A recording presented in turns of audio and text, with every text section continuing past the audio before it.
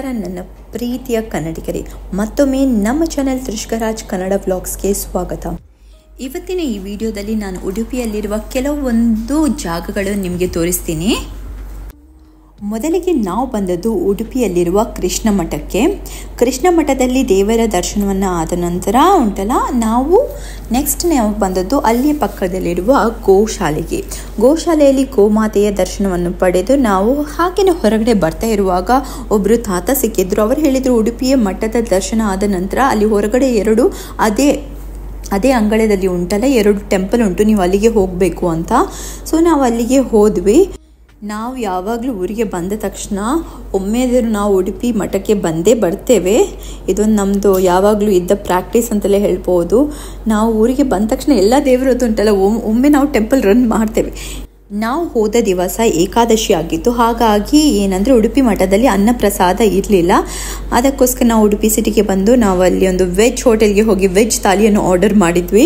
ಹಾಗೆ ನಾವು ಹೀಗೆ ಬರ್ತಾ ಇರುವಾಗ ನಾವು ಅಲ್ಲಿ ಉಡುಪಿಯಲ್ಲಿ ಹೊಸ ಮಾಲ್ ನೋಡಿದ್ವಿ. ನನಗೆ ಅದರದ್ದು ಹೆಸರು ಇವಾಗ ನೆನಪು ಬರ್ತಾ ಇಲ್ಲ. ಅಲ್ಲಿ ಮಕ್ಕಳಿಗೋಸ್ಕರನೇ ಒಂದು ಪ್ಲೇ ಏರಿಯಾ ಅಂತ ಮಾಡಿದ್ದಾರೆ. ಅದನ್ನು ನೋಡಿ ನನ್ನ ಕೀಕಿಗೆ ಅಂತೂ ತುಂಬಾ ಖುಷಿ ಆಯಿತು. ನಾವು ಆ್ಯಕ್ಚುಲಿ ಬೇರೆ ಥಿಂಗ್ಸ್ ತಗೊಳ್ಳುವ ಅಂತ ನಾವು ಹೋದದ್ದು. ಕೀಕಿಗೋಸ್ಕರ ನಾವು ಅಲ್ಲಿ ಮ್ಯಾಕ್ಸ್ ಕೆಲವೊಂದು ಡ್ರೆಸ್ ಪರ್ಚೇಸ್ ಮಾಡಿದ್ವಿ. ಹಾಗೆಯೇ ಇನ್ನೊಂದು ಸೆಂಟರ್ ಇತ್ತು, ಅಲ್ಲಿಗೆ ಬಂದು ನಾವು ಕೆಲವೊಂದು ಲೈಫ್ ಸ್ಟೈಲ್ಗೆ ಬಂದು ಕೆಲವೊಂದು ಡ್ರೆಸ್ಸನ್ನು ಪರ್ಚೇಸ್ ಮಾಡಿದ್ವಿ. ಅದಾದ ನಂತರ ನಾವು ಟಾಪ್ ಫ್ಲೋರ್ಗೆ ಬಂದಾಗ, ಫುಡ್ ಕೋರ್ಟ್ ಹತ್ರ ಬಂದಾಗ ಈ ಪ್ಲೇ ಏರಿಯಾ ನೋಡಿದ್ವಿ. ಕೀಕಿ ಅಂತೂ ಫುಲ್ ಖುಷಿಯಾಗಿದ್ಲು. ಮತ್ತೇನು ಮಾಡೋದು, ಮಕ್ಕಳ ಖುಷಿ ನಮಗೆ ಇಂಪಾರ್ಟೆಂಟ್ ಅಲ್ವಾ. ಸೊ ಅವಳಿಗೋಸ್ಕರ ಸ್ವಲ್ಪ ಹೊತ್ತು ನಾವು ಅಲ್ಲಿ ಇದ್ವಿ. ಒಂದು 1 hour ತನಕ ಅಲ್ಲಿ ನಾವು ಸ್ಪೆಂಡ್ ಮಾಡಿದ್ವಿ. ನಾವು ಅದಕ್ಕೆ ಒಂದು ಕಾರ್ಡ್ ತಗೊಳ್ಬೇಕು, ಪ್ಲೇ ಕಾರ್ಡ್ ಕೊಡ್ತಾರೆ. ಅದರದ್ದು ನನಗೆ ಕರೆಕ್ಟ್ ಪ್ರೈಸ್ ನೆನಪಿಲ್ಲ. 200 to 250 rupees ಎಷ್ಟೋ ಅಷ್ಟೇ ರೇಂಜಲ್ಲಿ ಇರೋದು. ಬಟ್ ಅದು ನಮ್ಮ ಬಹರಿನ್ಗೆ ಕಂಪೇರ್ ಮಾಡಿದ್ರೆ ನಮಗೆ ತುಂಬಾ ಕಡಿಮೆ ಅಂತ ಅನಿಸ್ತು. ಯಾಕಂದರೆ ಇಲ್ಲಿ 4.5 BD. ಬಟ್ ಏನಂದರೆ ಒಂದು ದಿವಸ ಫುಲ್ ನಾವು ಯೂಸ್ ಮಾಡ್ಬೋದು. ಯಾರು ಕೂಡ ಮಕ್ಕಳು ಒಂದು ದಿವಸ ಫುಲ್ ಆಟ ಆಡೋದಿಲ್ಲ. 1 ಗಂಟೆಯಲ್ಲಿ ಅವ್ರಿಗೆ ಸುಸ್ತಾಗುತ್ತೆ. ಖಾಲಿ ಮಕ್ಕಳಿಗೋಸ್ಕರನೆಲ್ಲ, ನೀವು ದೊಡ್ಡವರಾದರೆ ಅಲ್ಲಿ ನಿಮಗೂ ಕೂಡ ಕೆಲವೊಂದು ಗೇಮ್ ಸ್ಟೇಷನ್ಸ್ ಇತ್ತು. ಅಲ್ಲಿಂದ ಹೇಗೋ ನಾವು ಕೀಕಿಯನ್ನು ಕರ್ಕೊಂಡು ಬಂದ್ವಿ ಕೆಳಗಡೆ ಬಂದ ತಕ್ಷಣ ಅಲ್ಲಿ ಲೈನಲ್ಲಿ ಈ ಥರದ್ದು ಎಲೆಕ್ಟ್ರಿಕ್ ಕಾರ್ ಮತ್ತು ಎಲೆಕ್ಟ್ರಿಕ್ ಬೈಕನ್ನು ಇಟ್ಟಿದ್ರು. ನನ್ನ ಪಾಪು ಎಲೆಕ್ಟ್ರಿಕ್ ಕಾರಲ್ಲಿ ಕೂಡ 3 rounds ಹೋದರು. ಇನ್ನೊಂದು ಎಲೆಕ್ಟ್ರಿಕ್ ಬೈಕ್ ಇತ್ತಲ್ಲ, ಅದರಲ್ಲಿ ಕೂಡ 3 rounds ಹೋದ್ಲು. ಅವಳಿಗಂತೂ ಖುಷಿಯೇ ಅವಳದು ಬೇರೆ ಲೆವೆಲಿತ್ತು. ನಮಗೆ ಅವಳನ್ನ ಆ ಖುಷಿಯಲ್ಲಿ ಹಿಡಿಲಿಕ್ಕೇನೆ ಆಗ್ತಾ ಇರಲಿಲ್ಲ. ಆಮೇಲೆ 3 rounds ಕರ್ಕೊಂಡು ಹೋಗ್ತಾರೆ. 50 rupees 100 rupees ಇವರು ತಗೊಳ್ತಾರೆ. ಕರೆಕ್ಟ್ ನನಗೆ ಪ್ರೈಸ್ ನೆನಪಿಲ್ಲ. ಅದಾದ ನಂತರ ನಾವು ಹೀಗೇ ಮನೆಗೆ ವಾಪಸ್ ಬರುವಾಗ ನನ್ನ ಅತ್ತೆ ಕಾಲ್ ಮಾಡಿದ್ರು. ಅತ್ತೆ ಕಾಲ್ ಮಾಡಿ ಹೇಳಿದರು, ನೀವು ಕಾಪು ರೂಟಲ್ಲಿ ಬರೋದಾದರೆ ನೀವು ಅಲ್ಲಿ ಕಾಪು ಮಾರಿಗುಡಿ ಆ ಟೆಂಪಲ್ಗೆ ಹೋಗಿ ಬನ್ನಿ ಅಂತ. ನಾವು ಅದಕ್ಕೋಸ್ಕರ ಆಯಿತು ಸರಿ ಅಂತ ನಾವು ಕಾಪು ಟೆಂಪಲ್ಗೆ ಹೋದ್ವಿ. ಕಾಪು ಟೆಂಪಲ್ ಹೊಸತ್ತಾಗಿ ನಿರ್ಮಾಣ ಮಾಡಿದ್ದು, ಹೊಸತ್ತಾಗಿ ಕಟ್ಟಿದ್ದು. ಹಾಗಾಗಿ ಅಲ್ಲಿ ಪೂಜೆ ಕೆಲವೊಂದೆಲ್ಲ ಕಾರ್ಯಕ್ರಮ ಎಲ್ಲ ನಡೀತಾ ಇತ್ತು. ನೆಕ್ಸ್ಟ್ ದಿವಸ ಮಾರಿ ಪೂಜೆ ಇದ್ದ ಕಾರಣದಿಂದ ಅಲ್ಲಿ ಕೆಲವೊಂದೆಲ್ಲ ಕಾರ್ಯಕ್ರಮಗಳೆಲ್ಲ ಇತ್ತು. ಕಾಪು ಟೆಂಪಲ್ಗೆ ಇದು ಫಸ್ಟ್ ಟೈಮ್ ನಾವು ಬರೋದು. ಅಂದರೆ ಹೊಸತಾಗಿ ಕಟ್ಟಿದ ಮೇಲೆ ಫಸ್ಟ್ ಟೈಮ್ ನಾವು ಬರೋದು. ಮುಂಚೆ ಬಂದಾಗ ನಾವು ಲಾಸ್ಟ್ ಇಯರ್ ಬಂದಾಗ ಕಾಪು ಟೆಂಪಲ್ ಕನ್ಸ್ಟ್ರಕ್ಷನಲ್ಲಿ ಇತ್ತು. ಬಟ್ ಈ ಸತಿ ಬಂದಾಗಂತೂ ತುಂಬಾ ಖುಷಿ ಆಯಿತು.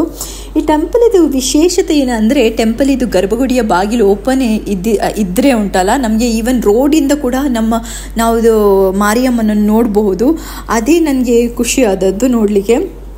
ಎಷ್ಟೇ ದೂರದಲ್ಲಿ ಕೂಡ ದೇವರು ನಮಗೆ ಕಾಣ್ತಾರೆ. ನಾವಂತೂ ತುಂಬಾ ಹತ್ತಿರದಿಂದ ನಾವು ದೇವರ ದರ್ಶನ ಮಾಡಿ ಬಂದದ್ದು. ನಮಗಂತೂ ತುಂಬಾ ಖುಷಿಯಾಗಿತ್ತು. ನೆಕ್ಸ್ಟ್ ದಿವಸ ಕಾಪುವಿನಲ್ಲಿ ಮಾರಿ ಪೂಜೆ ಆದ್ದರಿಂದ ಅಲ್ಲಿ ಅನ್ನಪ್ರಸಾದವನ್ನು ಕೊಡ್ತಾ ಇರಲಿಲ್ಲ. ನಮ್ಮೆಲ್ಲರನ್ನು ಅನಂತ ಪದ್ಮನಾಭ ಸ್ವಾಮಿ ದೇವಸ್ಥಾನಕ್ಕೆ ಹೋಗಲಿಕ್ಕೆ ಹೇಳಿದರು. ಆಮೇಲೆ ಅಲ್ಲಿಂದ ನಾವು ಅನ್ನಪ್ರಸಾದ ಆದಮೇಲೆ ನಾವು ಡೈರೆಕ್ಟ್ ನಾವು ಮನೆಗೆ ಹೋದ್ವಿ. ಇದು ಆ್ಯಕ್ಚುಲಿ ನೆಕ್ಸ್ಟ್ ಡೇದು ವಿಡಿಯೋ. ನಾವು ಕಾಪುವಲ್ಲಿ ಮಾರಿ ಪೂಜೆ ಇತ್ತಲ್ಲ, ಅದಕ್ಕೋಸ್ಕರ ನಾವು ಡಿಸೈಡ್ ಮಾಡಿದ್ವಿ ಎಲ್ಲ ಫ್ಯಾಮಿಲಿ ಮೆಂಬರ್ಸ್ ಎಲ್ಲ ಹೋಗುವ ಅಂತ. ಭರ್ಜರಿ ಊಟ ಇತ್ತು, ತುಂಬ ಚೆನ್ನಾಗಿತ್ತು. ಮಾತ್ರ ಎಷ್ಟೊಂದು ಜನ ಬಂದಿದ್ರು ನೋಡಿ, ತುಂಬ ಜನ ಬಂದಿದ್ರು. ಡೇ 3ಗೆ ನಮಗೆ ನಾಗಬನಕ್ಕೆ ಹೋಗಲಿಕ್ಕೆ ಇತ್ತು. ಅಲ್ಲಿ ನಾಗದೇವರಿಗೆ ಪೂಜೆ ಸಲ್ಲಿಸಲಿಕ್ಕೆ. ಇದು ನಮ್ಮ ಹಸ್ಬೆಂಡ್ನ ಕುಟುಂಬದ ನಾಗವನದಲ್ಲಿ ಪೂಜೆ. ಸೊ ಎಲ್ಲ ಫ್ಯಾಮಿಲಿ ಮೆಂಬರ್ಸ್ ಹೋಗಬೇಕಿತ್ತು. ಸೊ ಎಲ್ಲರೂ ರೆಡಿಯಾಗಿ ಬೆಳಿಗ್ಗೆ ಹೋದ್ವಿ. ಬಟ್ ಏನಂದ್ರೆ ತುಂಬಾ ಸೆಕೆ. ಅಲ್ಲಿ ಸ್ವಲ್ಪ ಹೊತ್ತು ಕೂಡ ನಿಲ್ಲಿಕ್ಕೆ ಆಗೋದೇ ಇಲ್ಲ. ಭಟ್ರು ಕೂಡ ಬರುವಾಗ ಸ್ವಲ್ಪ ಲೇಟೇ ಆಗಿತ್ತು. ಅವರು ಬಂದ ತಕ್ಷಣ ಪೂಜೆಯನ್ನು ಶುರು ಮಾಡಿದರು. ಕೀಕಿ ಮಾತ್ರ ಉಂಟಲ್ಲ, ನಾಗದೇವರ ಪೂಜೆಗೆ ಇದು ಫಸ್ಟ್ ಟೈಮ್ ಅವಳು ಬರುವುದು. ಯಾವತ್ತೂ ಕೂಡ ನಾಗದೇವರಿಗೆ ಹೀಗೆ ತನು ಹಾಕೋದು ಇದೆಲ್ಲ ಅವಳು ಯಾವತ್ತೂ ನೋಡಲಿಲ್ಲ. ತುಂಬ ಚಿಕ್ಕದಿದ್ಲಲ್ಲ ಫಸ್ಟಿಗೆ, ಆವಾಗಲೇ ಇವಳು ಬಹರೀನ್ಗೆ ಬಂದಳು. ಆಮೇಲೆ ನಾವು ಖಾಲಿ ಒಂದು ಮನೇಲಿ ಏನಾದರೂ ಮದುವೆ ಫಂಕ್ಷನ್, ಏನಾದರೂ ಅವಳ ಬರ್ಡೇ ಫಂಕ್ಷನ್ ಹೀಗೆ ಇದ್ದದಕ್ಕೆ ನಾವು ಊರಿಗೆ ಹೋದದ್ದು. ಹೀಗೆ ದೇವರದ್ದು ಯಾವ ಫಂಕ್ಷನ್ ಅಂತ ನಮಗೆ ಸಿಗಲಿಲ್ಲ. ಒಂದು ಕೋಲ ಅಂತ ದೈವಾರಾಧನೆ ಒಮ್ಮೆ ಸಿಕ್ಕಿತ್ತು, ಅದಕ್ಕೆ ನಾವು ಬಂದಿದ್ವಿ. ಬಟ್ ನಮಗಂತೂ ತುಂಬಾ ಖುಷಿ ಆಯಿತು ದೇವರ ದರ್ಶನವನ್ನು ಪಡೆದು. ಇಲ್ಲಿ ಅಂತೂ ನಮ್ಮ ಸೌತ್ ಕರ್ನಾಟಕ ಅಥವಾ ಕೋಸ್ಟಲ್ ಕರ್ನಾಟಕದಲ್ಲಿ ಉಂಟಲ್ಲ, ನಾಗದೇವರಿಗೆ ಪೂಜೆ ಹೀಗೆ ತನು ಬಿಡುವುದಂದರೆ ತುಂಬಾ ಸಾಮಾನ್ಯ. ನಾವಿಲ್ಲಿ ನಾಗದೇವರನ್ನು ತುಂಬಾ ನಂಬ್ತೀವಿ. ಇದೆಲ್ಲ ಆದಮೇಲೆ, ಪೂಜೆ ಎಲ್ಲ ಆದಮೇಲೆ ಉಂಟಲ್ಲ, ಒಳ್ಳೆ ಅನ್ನ ಪ್ರಸಾದ ಕೂಡ ಇತ್ತು. ಇದು ಅಂತೂ ನನ್ನದು ತುಂಬಾ ಫೇವ್ರೆಟ್ ಪಾರ್ಟ್ ಅಂತ ಹೇಳ್ಬೋದು. ಅದು ಕೂಡ ಭಟ್ರ ಹುಣಸು ತುಂಬಾ ಒಳ್ಳೆಯದು, ಟೇಸ್ಟಿಯಾಗಿರುತ್ತೆ. ಅದಾದ ನಂತರ ನಾವು ಮನೆಗೆ ಬಂದು ಉಂಟಲ್ಲ, ನಾವು ಡೈರೆಕ್ಟ್ ಕೀಕಿ ಜೊತೆ ನಾವು ಬೀಚ್ಗೆ ಬಂದ್ವಿ. ಬಟ್ ನನ್ನ ಕೀಕಿ ಉಂಟಲ್ಲ ತುಂಬಾ ಟಯರ್ಡ್ ಆಗಿದ್ಲು, ಅದಕ್ಕೋಸ್ಕರ ಅವಳಿಗೆ ಏನು ಕೂಡ ಮೂಡಿರಲಿಲ್ಲ. ಅವಳನ್ನು ಎಷ್ಟು ಎಬ್ಬಿಸ್ಲಿಕ್ಕೆ ನಾವು ಟ್ರೈ ಮಾಡಿದ್ರು ಉಂಟಲ್ಲ, ಅವಳು ಹೇಳ್ತಾನೇ ಇರಲಿಲ್ಲ. ಫೈನಲಿ ಸ್ವಲ್ಪ ನಿದ್ದೆ ಹೋಯ್ತಂತ ಸ್ವಲ್ಪ ಆಟ ಆಡಿದ್ಲು ನೀರಲ್ಲಿ. ಆಮೇಲೆ ಅವಳಿಗೆ ನೀರಲ್ಲಿ ಅಷ್ಟೊಂದು ಆಟ ಆಡಲಿಕ್ಕೆ ಮನಸ್ಸಿರಲಿಲ್ಲ.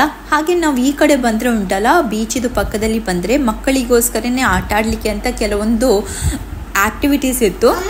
ಅಲ್ಲಿ ಅಂತೂ ಅವಳು ತುಂಬಾ ಎಂಜಾಯ್ ಮಾಡಿದ್ಲು. ಅದಾದ್ರ ನಂತರ ಉಂಟಲ್ಲ, ಬೀಚಿನ ಪಕ್ಕದಲ್ಲಿ ಕೆಲವೊಂದು ಸಣ್ಣ ಸಣ್ಣ ಶಾಪ್ಸ್ ಎಲ್ಲ ಉಂಟು. ಅಲ್ಲಿ ಟಾಯ್ಸ್ ನೋಡಿದ್ಲು. ಟಾಯ್ಸ್ ನೋಡಿದ ತಕ್ಷಣ ನನಗೆ ಟಾಯ್ಸ್ ಬೇಕಂತ ಹಠ ಹಿಡ್ಲು. ಆಮೇಲೆ 2 ಟಾಯ್ಸ್ ಬೈ ಮಾಡಿದ್ದೆ. ಹಾಗೆಯೇ ಪಕ್ಕದಲ್ಲಿ ಬಂದರೆ ಉಂಟಲ್ಲ, ನಿಮಗೆ ಯಮ್ಮಿ ಟೇಸ್ಟಿಯಾಗಿ ಫಿಶನ್ನು ಫ್ರೈ ಮಾಡಿ ಕೊಡ್ತಾರೆ. ಗೋಲಿ ಸೋಡಾ ಕೊಡಿದ್ವಿ, ಫಿಶ್ ಫ್ರೈ ಎಲ್ಲ ತಿಂದ್ವಿ, ಸಖತ್ತಾಗಿತ್ತು. ಹಾಗೆಯೇ ನಾನು ಇವತ್ತಿನ ವ್ಲಾಗನ್ನು ಇಲ್ಲಿಗೆ ಎಂಡ್ ಮಾಡ್ತೀನಿ. Thank you.